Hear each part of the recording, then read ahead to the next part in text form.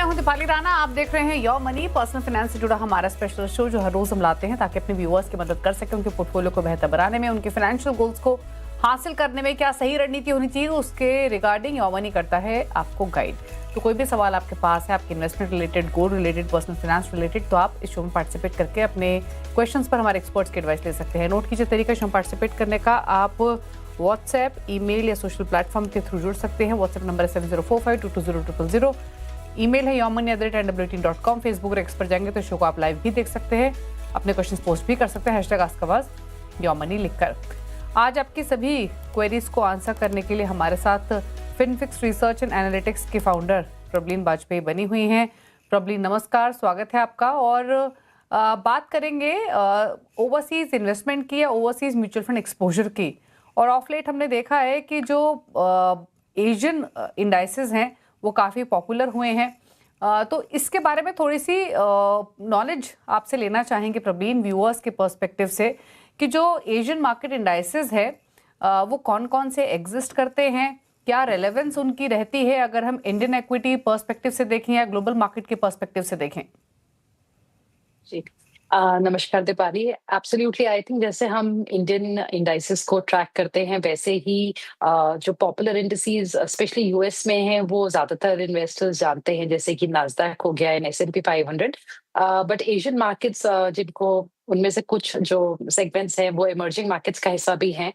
मेरे ख्याल से उनकी परफॉर्मेंस इतनी अच्छी रही है, स्पेशली जब हम टेक्नोलॉजी की बात करें, सेमीकंडक्टर्स की बात करें, तो डेफिनेटली उनकी जानकारी के बारे में, मेरे ख्याल से उनके बारे में जानकारी होनी ज़रूरी है। एंड इसमें आई थिंक सबसे पहले जो है वो जापान आता है। जापान का जो स्टॉक एक्सचेंज है, जो टोक्यो स्टॉक एक्सचेंज है दीपाली, ये ऑलमोस्ट 150 इयर्स ओल्ड है।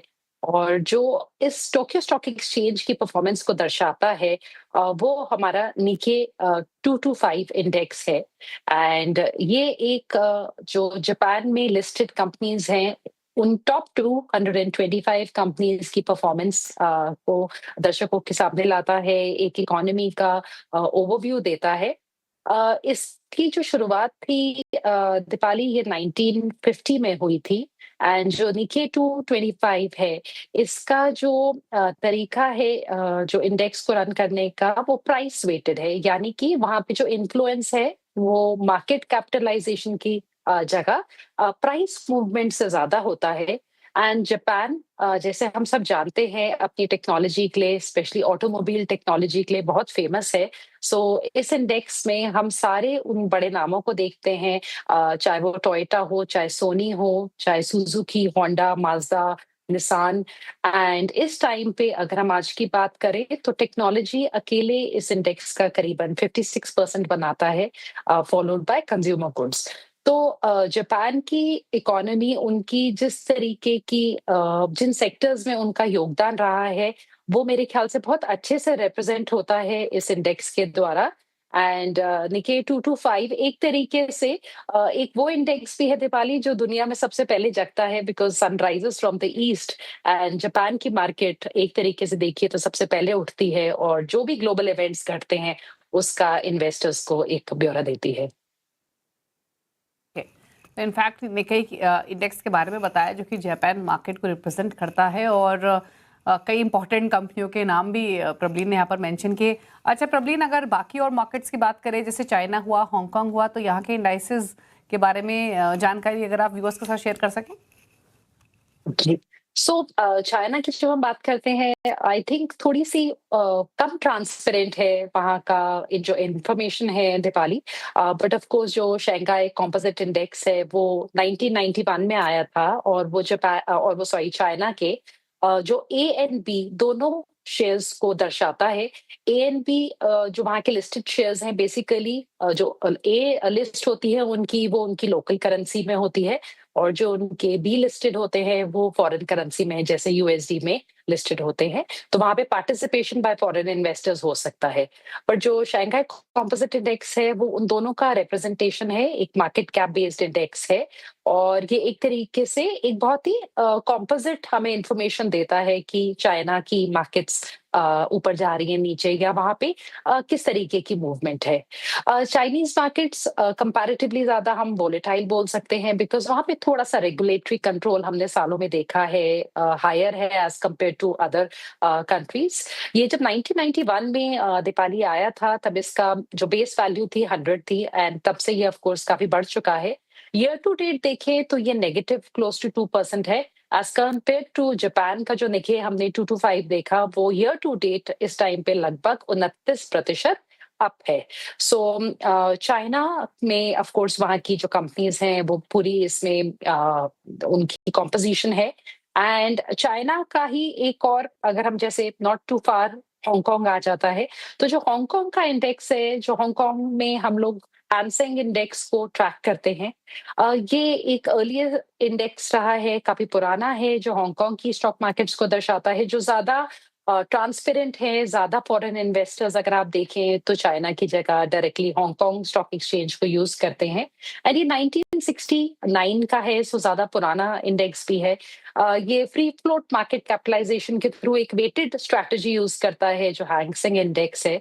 दीपाली, यहाँ पे एक इंटरेस्टिंग चीज़ ये है, जो हैंग का इंडेक्स है, उसने एक कैपिंग भी कर रखी है कि 8%, 8% से ज़्यादा वेटेज किसी भी कंपनी का नहीं होगा। यानी कि वो नहीं चाहते कि कोई भी कंपनी उतनी बड़ी हो जाए और उसका इन्फ्लुएंस उनके इंडेक्स पे उससे ज़्यादा अधिक हो। बट इसका ऑफ कोर्स अगेन हांगकांग में बहुत बड़ी कंपनीज़, जो चाइनीज़ ओरिजिन की भी कंपनीज़ हैं, वो काफ़ी लिस्टेड हैं, एंड ऑफ कोर्स हांगकांग की, जिसमें से कुछ प्रोमिनेंट नेम्स हैं जिसको हम देखेंगे तो एचएसबीसी होल्डिंग्स आ गया, टेंसेंट आ गया, जो एक काफ़ी पॉपुलर चाइनीज़ कंपनी है, अलीबाबा आ गया, जो बाबा के नाम से जिसके टिकर्स है, देन चाइना कंस्ट्रक्शन बैंक आ गया, एआईए ग्रुप आ गया, ये सारे हैंग सेंग का भी हिस्सा है। और अगर एक इंडियन इन्वेस्टर्स के पर्सपेक्टिव से देखें, सो दीपाली, हमने देखे हैं कि कुछ म्यूचुअल फंड्स रहे हैं जो ग्रेटर चाइना का एक्सपोज़र देते रहे हैं।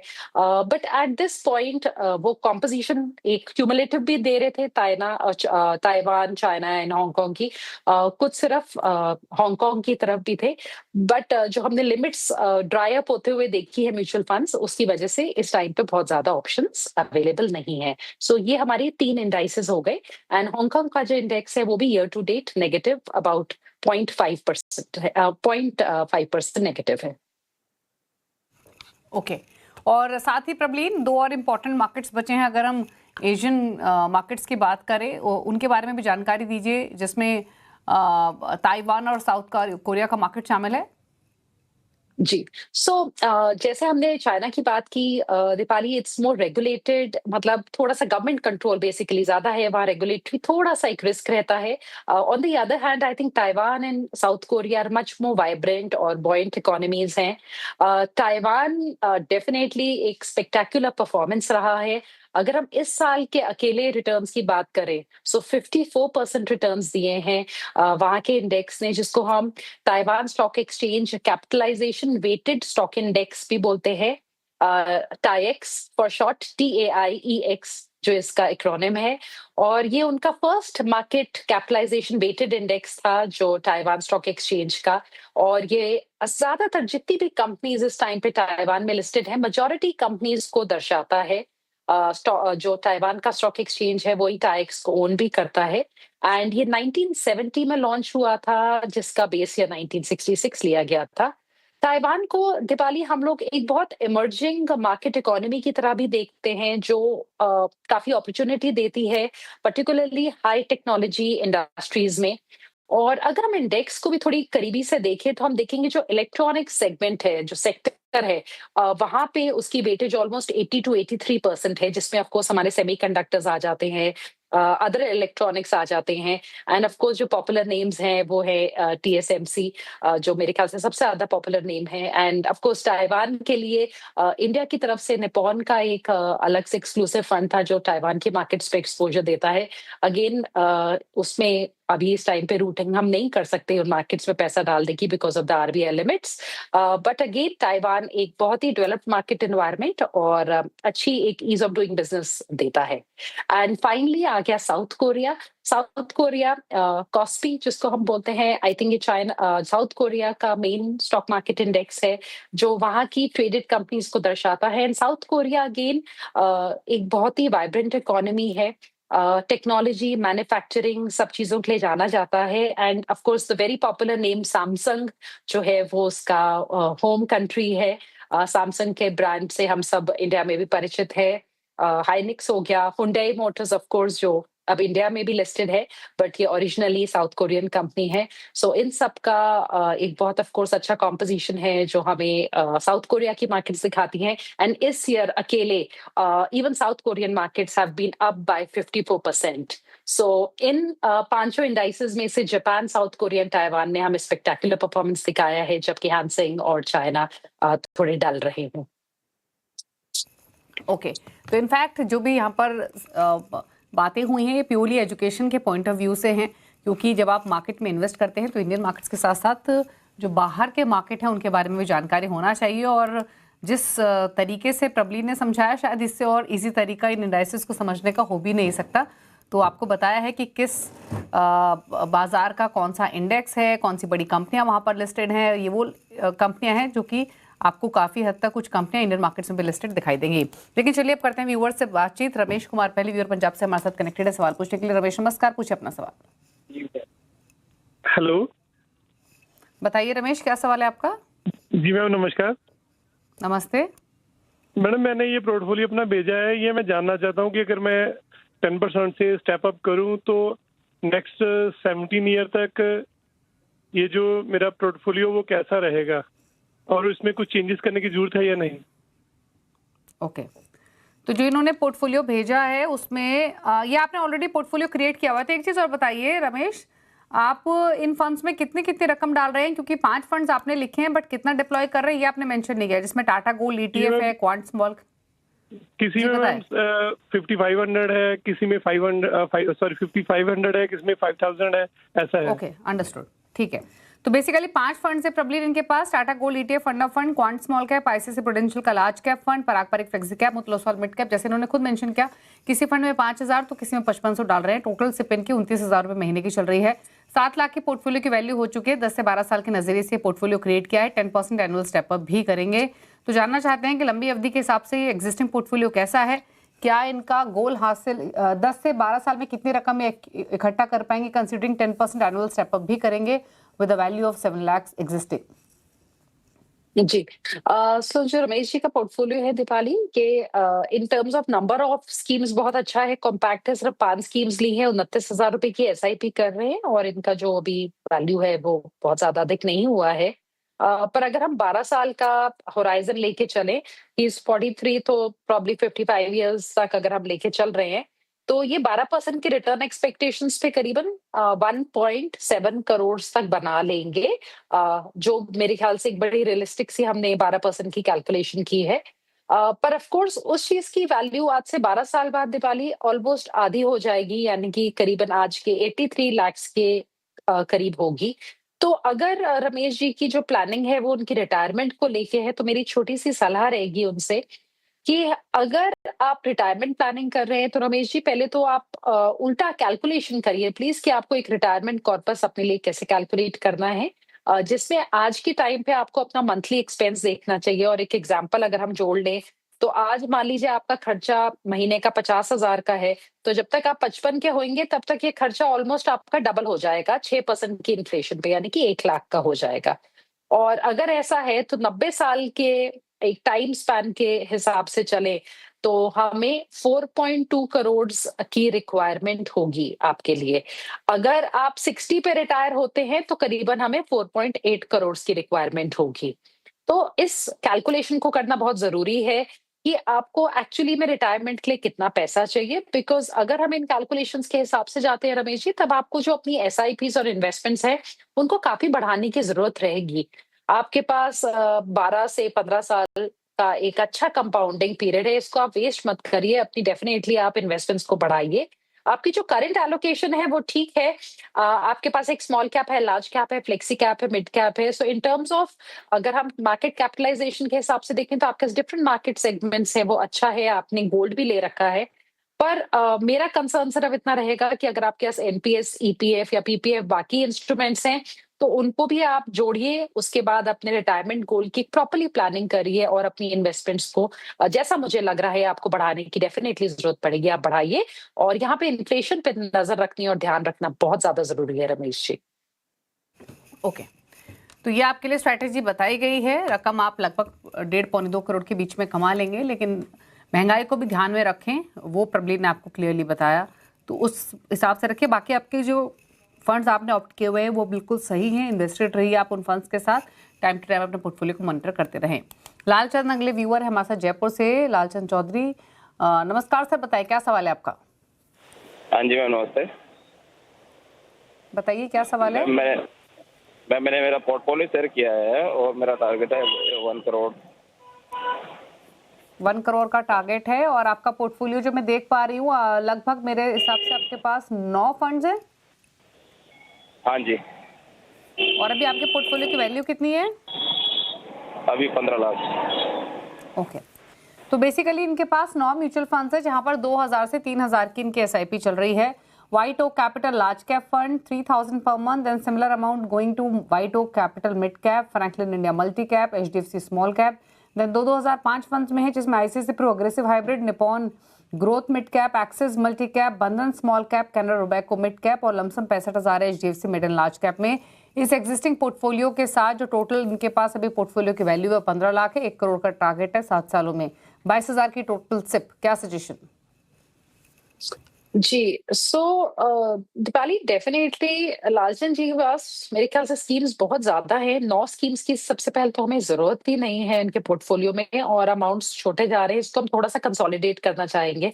सो मेरी तरफ से जो सजेस्टेड पोर्टफोलियो रहेगा, ज्यादा मैं चेंज नहीं कर रही हूँ लालचंद जी आपके पोर्टफोलियो को, पर थोड़ा सा हमें बदलाव की जरूरत है।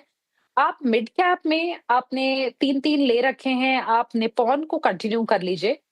व्हाइट ओक को इसलिए हम बंद कर रहे हैं बिकॉज़ हम लार्ज मिड जो है वो व्हाइट ओक का पिक कर रहे हैं, तो आप निपॉन का मिड कैप, व्हाइट ओक का लार्ज मिड रख लीजिए। उसके बाद आप स्मॉल कैप, दोनों ही इंटरेस्टिंग है और डिफरेंट स्ट्रैटेजीज हैं, तो आप दोनों को चला सकते हैं थोड़ा अमाउंट के साथ। गोल्ड आप ऐड कर सकते हैं और साथ में एक लार्ज कैप इंडेक्स ऐड कर लीजिए, तो एक पैसिव स्ट्रैटेजी भी हो जाएगी जो कि एक इक्वल वेट स्ट्रैटेजी रह सकती है from the large cap space.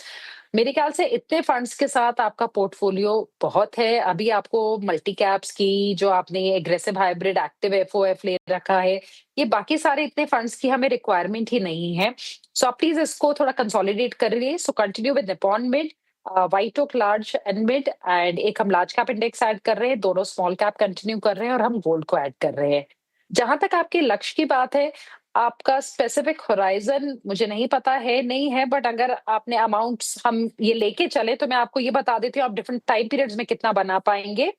SIP आपकी 22,000 की और 15 लाख का जो आपका पोर्टफोलियो है करेंट, 10 साल में आप अराउंड 96 लाख जमा कर लेंगे। 15 साल में आप करीबन 1.8 करोड़, और अगर आपने इसको एक्चुअली बहुत लंबा चलाया और 20 साल तक रख लिया, तब आप करीबन 3.5 करोड़ की रकम भी जमा कर सकते हैं, अज्यूमिंग 12% रिटर्न्स।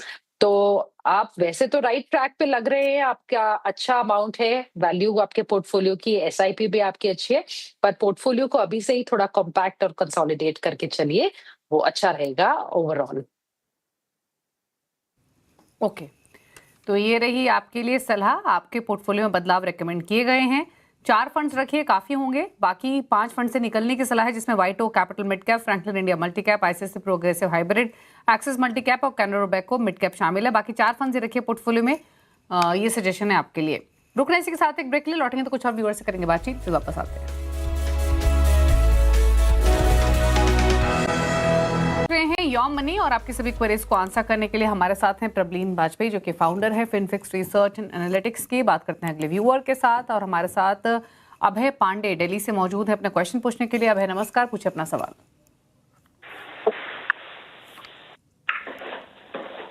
अभय सवाल पूछिए अपना। Sir good evening. बताइए सर।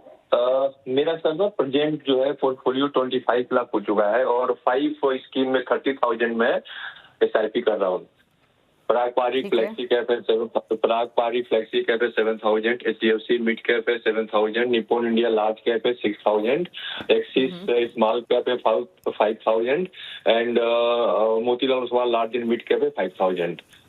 क्या कोई स्कीम Okay. चेंज करने की रिक्वायरमेंट है? 52 इयर्स मेरी एज है, 7 इयर्स तक और कंटिन्यू करूंगा SIP 59 इयर्स तक। ओके, तो 7 इयर्स में 1 करोड़ का टारगेट है और अभी 25 लाख की एग्जिस्टिंग पोर्टफोलियो की वैल्यू है, 30,000 की सिप है और फंड्स के नाम प्रबलिक इन्होंने ऑलरेडी बताइए सजेशंस। अभी जी के पोर्टफोलियो में मेरे ख्याल से इन टर्म्स ऑफ स्कीम चेंज तो मैं नहीं रिकमेंड करूंगी दीपाली, बिकॉज इनका एक तो हराइजन अब बहुत ज्यादा लंबा नहीं है और इनकी ओवरऑल डिसेंट स्कीम्स हैं। ऐसा बहुत बदलाव मुझे नहीं समझ में आ रहा है कि इनको करने की रिक्वायरमेंट है। एक्सिस स्मॉल कैप जो है वो कोई बहुत हाई परफॉर्मिंग स्मॉल कैप नहीं रहा है, बट इनके पास डेफिनेटली उसके लेगेसी रिटर्न्स होंगे और इस टाइम पे वो बेंचमार्क के लगभग बराबर है। ऑल्दो वी हैव फंड्स जिन्होंने ज्यादा आउट परफॉर्म किया है, बट आई स्टिल से आप कंटिन्यू रख लीजिए अभी एक्सिस स्मॉल कैप को, पर इसकी SIP को भी आप बढ़ाइएगा मत, जितना 5 पे है 5 पे रहने दीजिए। HDFC मिड कैप आपका इंक्रीज हो सकता है, गोइंग फॉरवर्ड आप अपने लार्ज कैप और फ्लेक्सी कैप को भी बढ़ा सकते हैं सो दैट टुवर्ड्स रिटायरमेंट आपका जो कॉर्पस है वो थोड़ा और स्टेबल हो जाए। जो करंट आपकी SIP और लमसम है उसके साथ आप तकरीबन 94 लाख जमा कर देंगे अगर हम 12% की रिटर्न एक्सपेक्टेशंस के साथ चले इन द नेक्स्ट 7 इयर्स। यानी कि अभी जी अगर थोड़ा 13-14% रिटर्न भी ओवरऑल मिल गया तो आप अपने 1 करोड़ का टारगेट डेफिनेटली पूरा कर लेंगे।